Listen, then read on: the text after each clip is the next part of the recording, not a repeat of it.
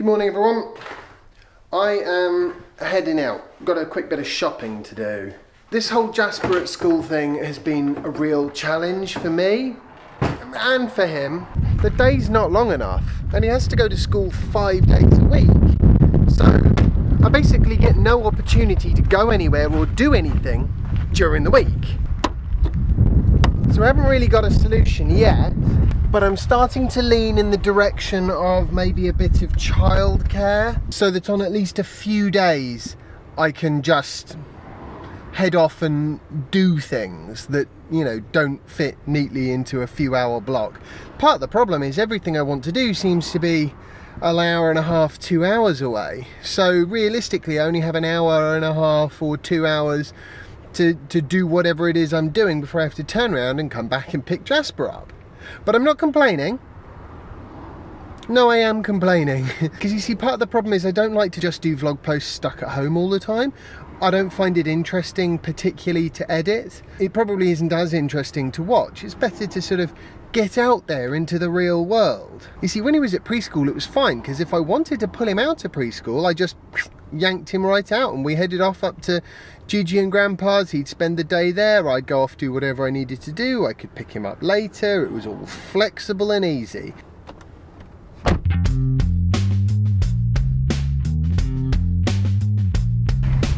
Just had an interesting phone call with a chap from Tesla.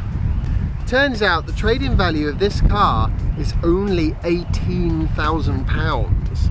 Oh, which kind of means that I'm probably not gonna go for that upgrade.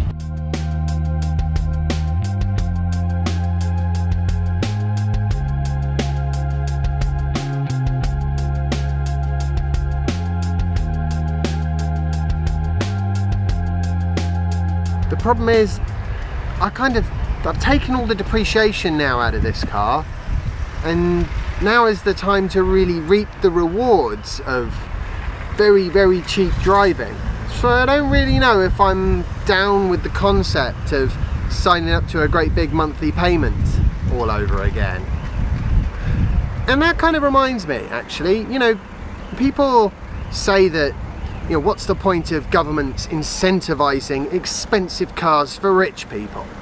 And although I sort of see their point, that isn't the point. The point is to actually get these quote-unquote rich people to buy the expensive car, because they buy it now and then after 3, 4, 5 years time it's dropped in value a huge amount, and then loads more people can afford to pick it up on the used market.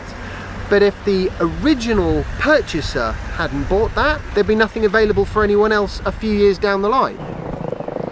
And this is kind of how I feel when it comes to Norway. There's a push going on there at the moment in their 2018 budget to create a tax for EVs that weigh more than 2 tons, which at the moment is basically just Tesla. And this would increase the cost of Teslas by about up to $10,000, or the euro equivalent. Now that would still leave Teslas being a very cheap option for their class of vehicle. So my fear would be that over time the incentives disappear, but the sort of disincentive for heavy EVs would remain, and then everyone would just go, nah, I'm not going to buy Teslas anymore. Which sounds like it'd be fine, but what that also means is that there'll be very few on the used market. These things have great big batteries and they will last a very long time, provided you can live without autopilot, in my case. Oh yes, I think common sense says keep the car I've got. Thing is, new car would come with warranty, which means it becomes one of those where's my crystal ball things, because it wouldn't take anything too major to fail, and I'd probably be better off upgrading to the car with autopilot.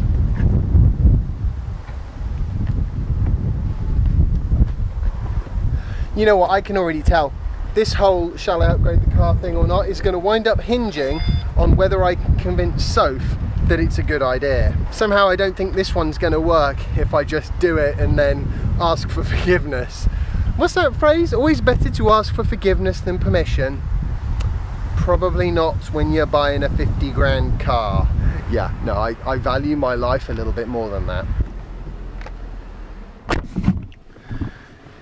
Yeah, unfortunately, with that £18,000 valuation, which I think is quite low, personally.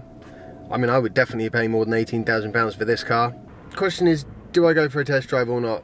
Because the problem is, when I think about things, it makes me want to buy them. Now, that is definitely a character flaw.